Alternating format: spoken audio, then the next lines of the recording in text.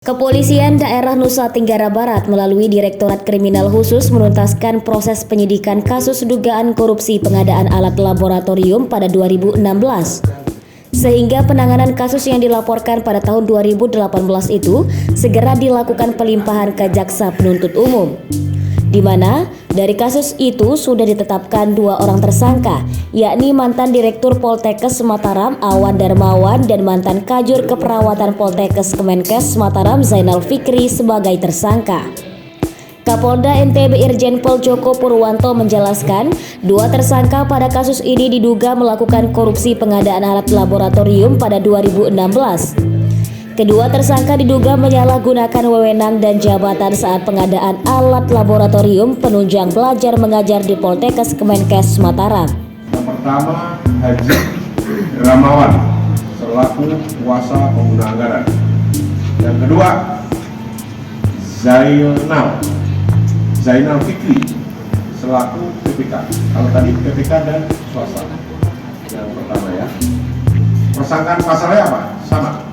Pasal 2 ayat 1 dan atau pasal 3 Undang-Undang Tipikor dijuntukan pasal 55 ayat 1 ke 1 KUHP penyertaan.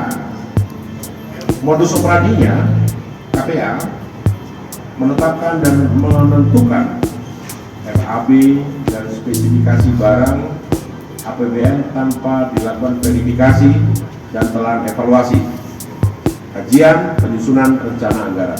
Jadi menurut dianya sendiri menabrak beberapa aturan yang kalau kita dalam penyidikan disebut untuk pembuktian perbuatan melawan hukum.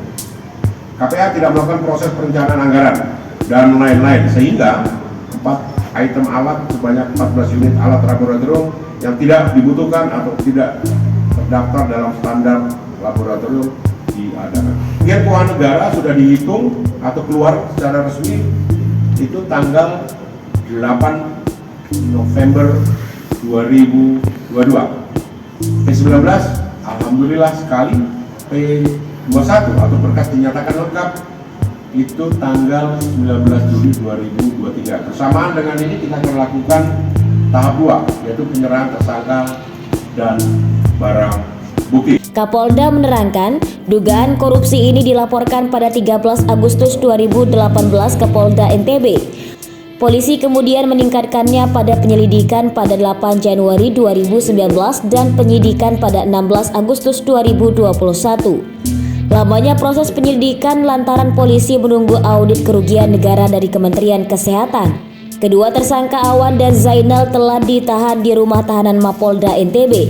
Adapun kerugian negara akibat dugaan korupsi APBN itu mencapai 3,242 miliar rupiah. Keduanya terancam pasal 2 atau pasal 3 Undang-Undang RI nomor 20 tahun 2001 tentang perubahan atas Undang-Undang nomor 31 tahun 1999 tentang pemberantasan korupsi junto pasal 55 ayat 1 ke 1 dengan ancaman maksimal 20 tahun penjara, denda maksimal 1 miliar.